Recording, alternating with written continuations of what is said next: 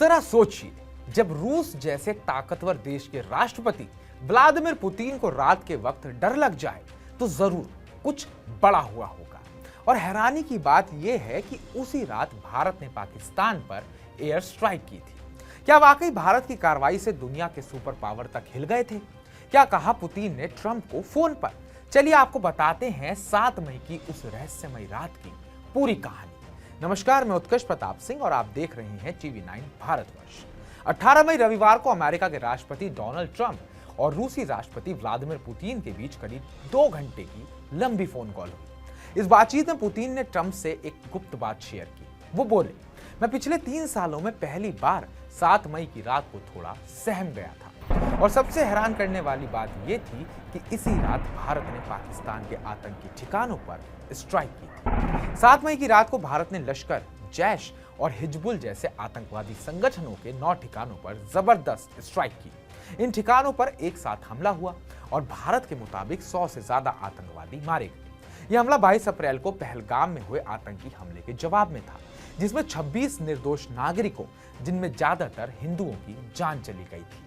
लेकिन रूस की तरफ से डर क्यों था? दरअसल उसी रात यूक्रेन ने रूस पर 564 ड्रोन डाले।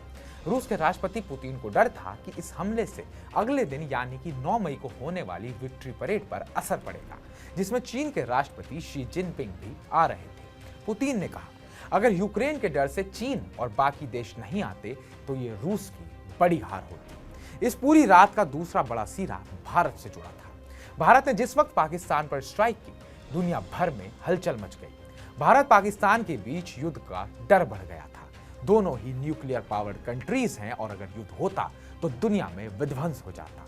भारत ने कहा कि पाकिस्तानी सेना आतंकियों की ढाल बन चुकी है और इसलिए भारत को मजबूरी में यह कदम उठाना पड़ा।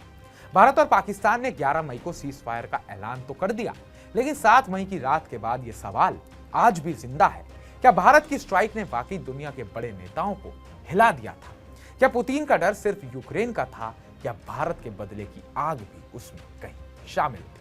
तो हमारी इस पूरी रिपोर्ट पर आपका क्या कहना है, आपकी क्या राय है? क्या इन दोनों न्यूक्लियर पावर कंट्रीज के आमने सामने आ जाने से दुनिया भर में हलचल तेज हो गई थी?